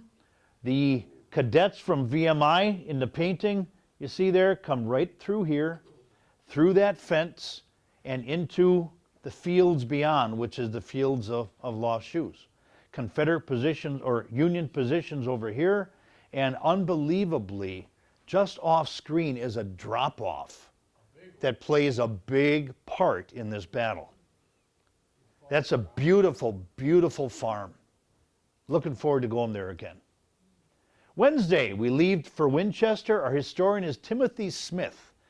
Timothy Smith is either the Batman or the Robin, the peanut butter to the jelly of Gary Edelman.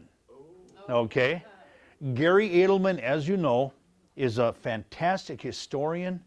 He's entertaining as all get out. He does not drink caffeine for a reason. Hi, Gary. Everyone say hi to Gary. Hi, Gary. Okay. Anyway, Tim Smith is his counterpart, his Tonto to the lone. See what I'm doing there? And Tim Smith, you've got to love a guy who can gaze with such love and longing at a cannonball. This is not the Western Theater, Tim Smith. This is Gettysburg, Tim Smith. And why would we have him at Winchester? He wrote all the signage for the Battle of 3rd Winchester and comes to us recommended by Gary himself. And I've been on hikes with this guy, and he hardly smiles, as opposed to Gary. He's very serious student, and then he sees something like this. And there's just things that set him off, and he's a wonderful, wonderful speaker. We'll have a snack lunch that day too, because we're spending a lot of time going from places that you might not ever see before. So Winchester, 3rd Winchester in the morning. How many times did Winchester change hands during the Civil War? Go. 17. 12. No. Like 50 something. Yeah.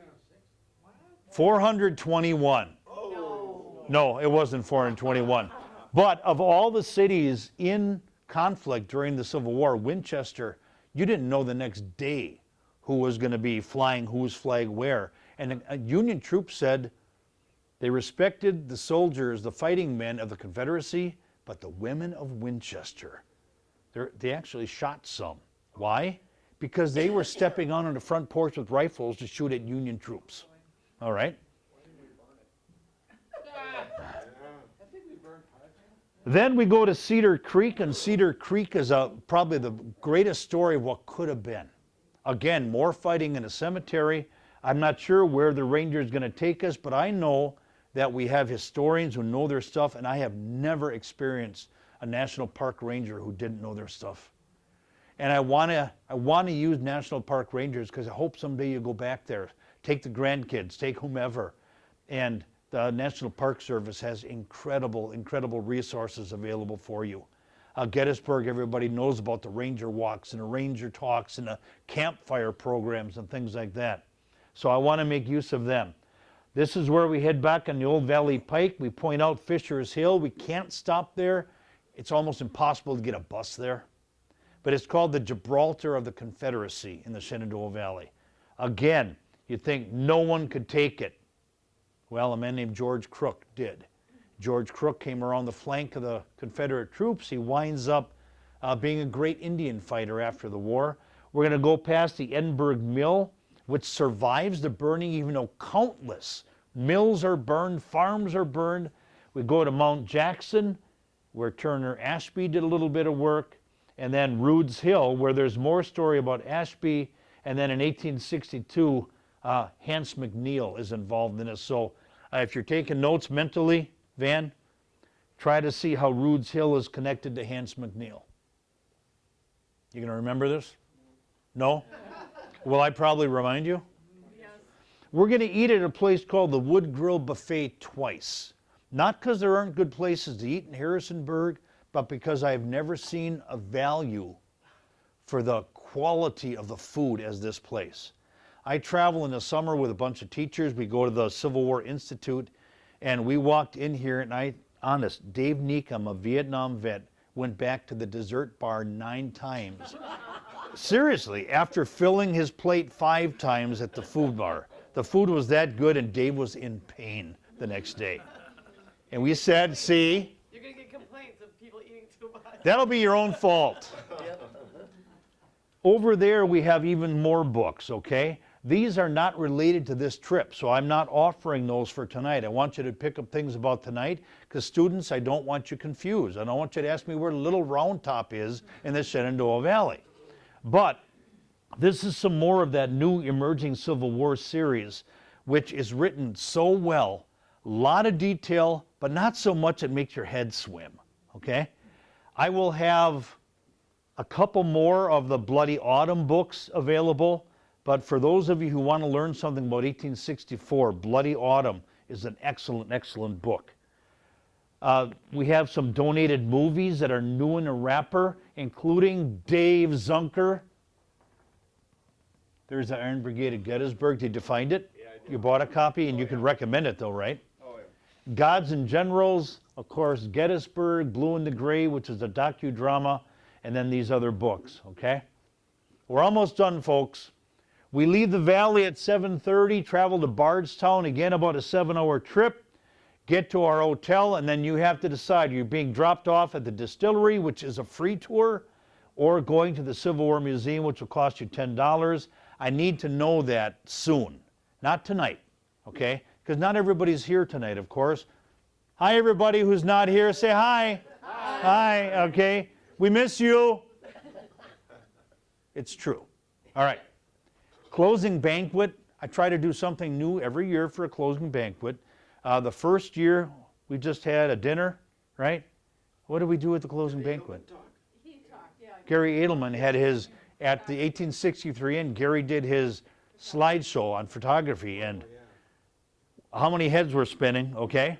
Last year, what's that? We did have a well-written play that Kay gave specific instructions about. Kay, what were they again? Enjoy yourself, get into it, know your part. Make any changes you feel appropriate. So Van took off and belittled one of my heroes. I still have not recovered. Pat Claiborne has forgiven you. And then on Friday we go home, 433-mile trip. So it takes almost 900 miles and breaks it into a doable segment with stops along the way that have significance. Finally, this is Museum Row. This is that tour you could choose to take if you don't go to the distillery. I think it's 5 separate museums, which includes this village, okay? And I'm not sure what the, all for $10. $10 for the whole thing, yep. That we'll decide on the trip, okay? It depends on what time we get to our hotel. Supper that night, again, is one of these on your own, but we want to have more suggestions for you by that time. I think, I'm wrong. Sorry, I'm wrong. That's our last night. That's our closing banquet at the hotel. Yep. I don't want to tell you what it's about, but it's a speaker. It's not as much a Civil War topic as what you see over here. Okay? So I know some of you already are leaning one way or the other. Okay? And these are our rooming assignments for this year. Unfortunately, and this is something that we have to maybe take a look at, since we had almost 50 people coming on the trip, 7 have dropped out. And for all legitimate reasons, please don't misunderstand that. The couple from Washington, who actually are Campbellsport natives, they were going to come, but suddenly her boss told her that he's moving a deadline on a project that she's heading up. She can't leave. Well, I told Jeff, leave her and come along, but he wouldn't do it. A few others who had job changes, there were some health issues. I just heard, unfortunately, from Renee that she can't come. Renee has been on both of our trips before. Marion has always been her roommate. So if you know of anybody that still might be interested, let me know as soon as possible. By the end of September, I have to have a rooming list. We have to have the number of rooms set up.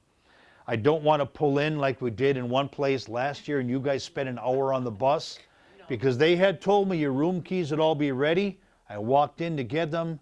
Oh no, we won't take a business check, even though they told me on the phone they would.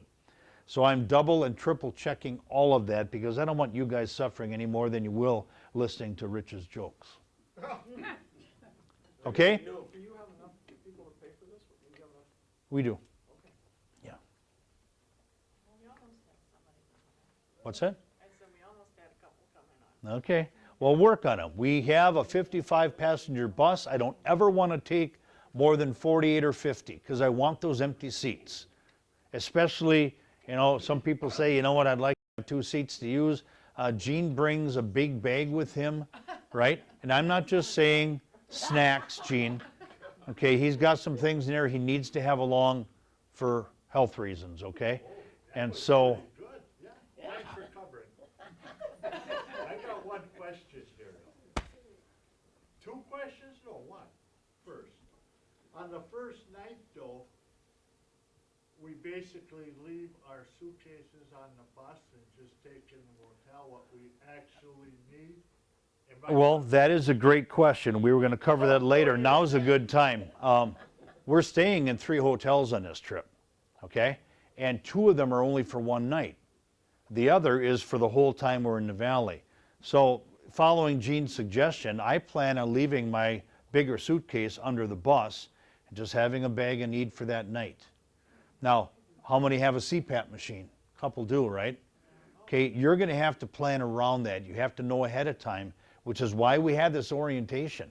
There is some serious thinking you have to do now, knowing what's coming. Won't happen again, Gene. You had 2 questions, you said, or was that just the one? I'll take his place. All right, Brett? Is there a bathroom on the bus? There is a bathroom on the bus, but we're going to try to stop every 2.5 to 3 hours for a couple of reasons. Number 1, to get off and stretch. The distances aren't so far that we can't, you know, we can have 2 stops without impacting our arrival time. Good roads all the way down there, of course. Come on in. Would you like to join us on a trip to the Shenandoah Valley? Yeah. Okay. The bathroom on the bus, though, for those who've ever been in a coach bus as you're rocking in and rolling, guys, ladies, plug your ears. Sit down and use the toilet. Don't stand there and make it a shooting contest. That should be deleted from the... Oh, no. All right. So, yes, there is a bathroom, but for major developments, use a rest area. Was that okay? That was politically pretty well done, wasn't it? All right. I do. So here are your rooming assignments. A couple of you have met each other for the first time, Mary Jo and Nancy. And so as we were setting the trip up, Nancy said, well, you can get me your phone number or something. So they started calling each other back and forth. So a friendship is developing before they even got on the bus together. By the way, Mary, yes, I can get you another roommate. We'll make that happen. So Marion's going to be alone, and my fear is that Marion, who they were thing 1 and thing 2 the whole trip last year, Marion might say, well, then I'm not coming either. No, she didn't say that. Okay, because it becomes a domino. And eventually we come to Van's question, are we going to wind up losing money on this? We don't do this to make a bunch of money. We do this, you know, $8 t-shirts, okay? We do this because of the group. We do this because you can't shut me up. I'm General Longwind, okay? Yeah. Although I do have a competitor in this room who shall remain nameless. And he's not wearing a yellow short sleeve shirt right now. Here's a down to business, and then I'm going to let you guys head if you want. Okay, I know some of you might go to the ale house. You've been there already tonight. We want to get a Subway order. We're doing exactly the same type of thing as last year. Kay will give you some directions on that. And then there's also a pizza order on that form. Again, I wanted to go to this pizza company that I'd heard so much about.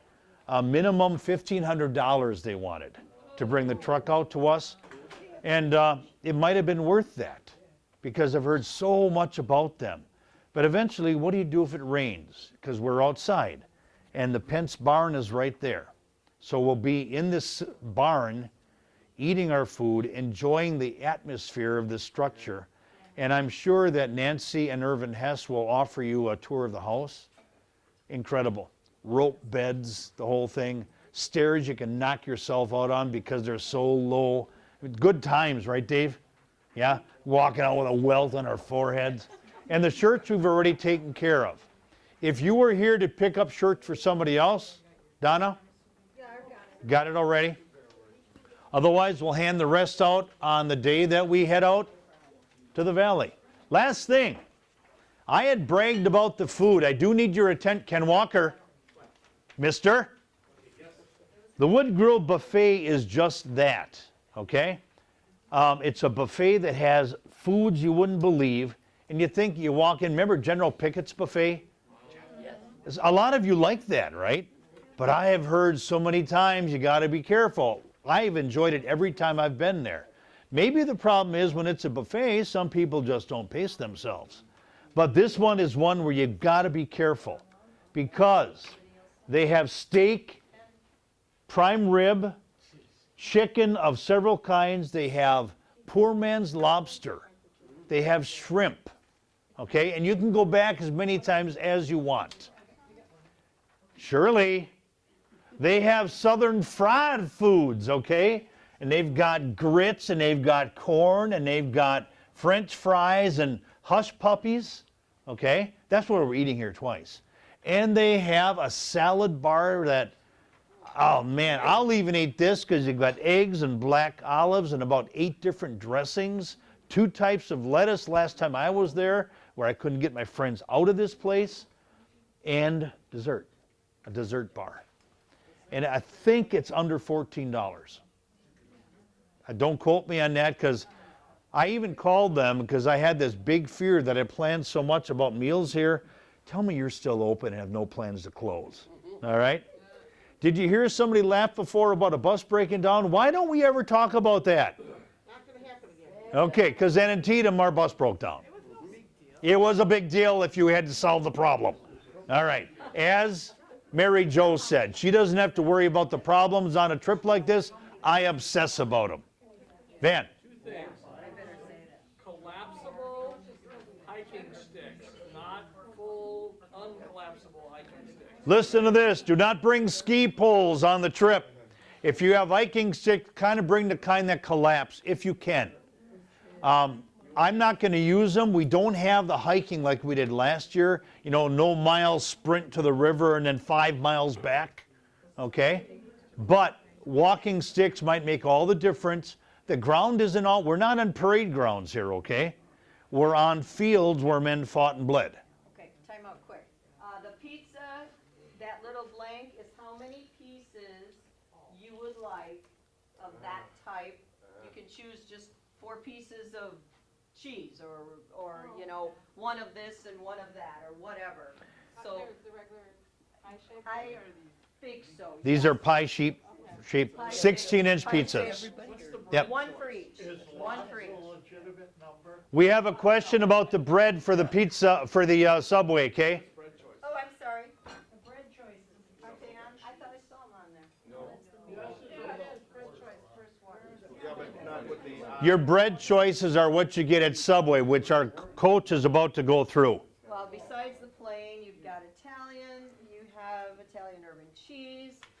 Some of them have, you know, multi-grain. Some don't. Some have an oat brand, some don't. So, I mean, if you are familiar, they have plain wheat, white, Italian urban cheese, and then they have some kind of they also have flatbread. So if some people, you know, aren't crazy about a lot of bread, you can do a flatbread, or you can have a salad too. I mean, they'll do salad and no bread. So why don't we put 2 choices down for bread? No. Because the first one you write down is what we're going to get. If suddenly they say we don't offer that here in the Valley, because that's Yankee food, then we'll go with your second option. I'm assuming your first option should be there. All right? Duct tape, so everybody can duct tape their cell phone to their body so they don't lose it. You have a pouch. All the sandwiches come then with your initials on it. And we've done this a couple times now, so it works flawlessly. Subway is a great company to work with, and they appreciate our business. You get a bottle of water and chips. Don't forget the auction over here. Other than that, that's what I have for an orientation for you. I did not put all kinds of pictures up of the places we're going, some of them, but again, for those like Dave, you said you've been to the Valley before. The Valley in October is not to be believed. In what way? Beautiful. The weather is phenomenal. Again, how do you dress for this trip? I will be very comfortable in what I'm wearing in the Valley, unless like, we have, you know, God saying, well, you thought so, huh? So always have layers along, okay?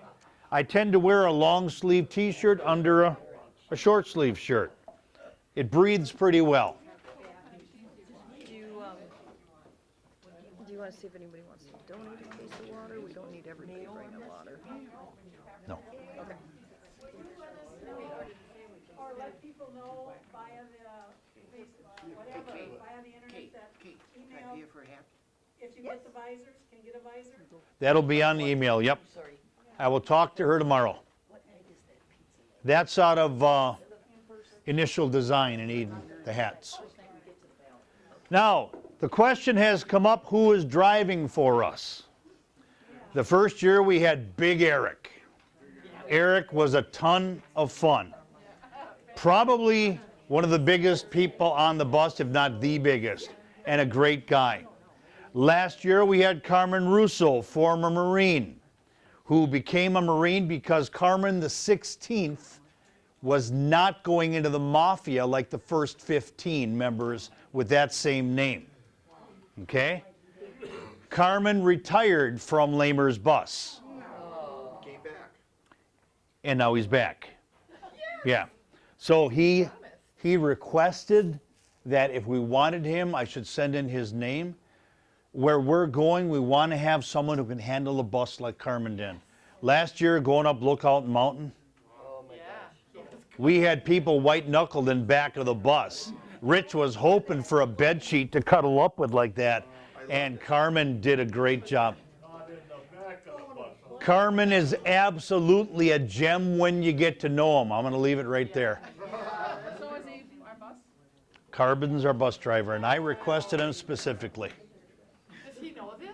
Yes, he and I have been in contact ever since he retired and ever since he came back because I want the skills he brings. He's also a student of the Civil War. If we have national park passes, should we bring those? Would those help at all? We're going to fewer national parks than we are to state parks. Okay. It won't help us going over Skyline Drive because with the size of our vehicle, we pay a flat fee. Okay. Other questions? Class, they've been really good questions so far. Mary Jo? I have a question, which is, do most places take Visa? Yes, yes.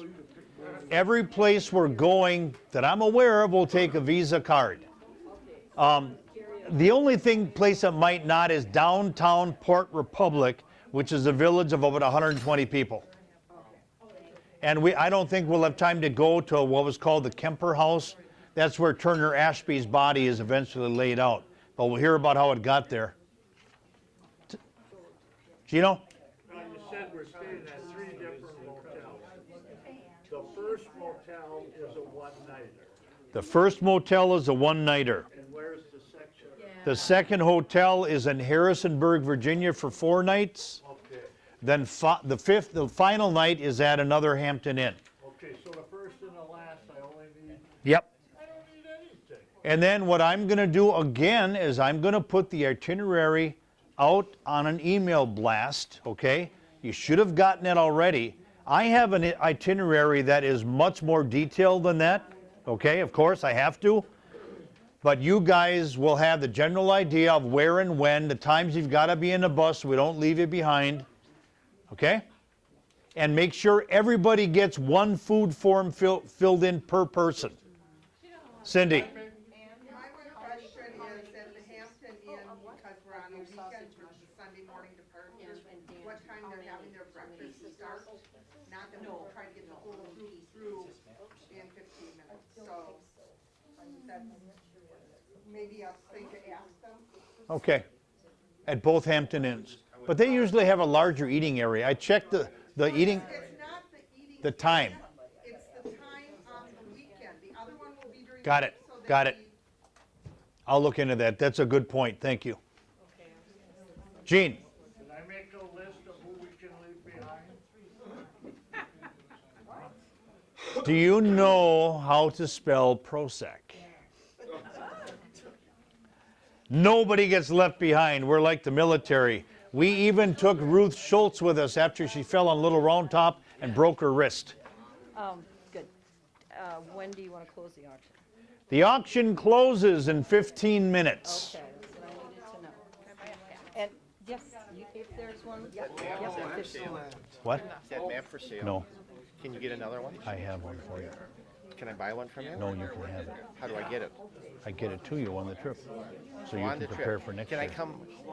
This is for this year. This is Shenandoah on it. This is Shiloh. I read it wrong. Okay. I actually brought this for Rich.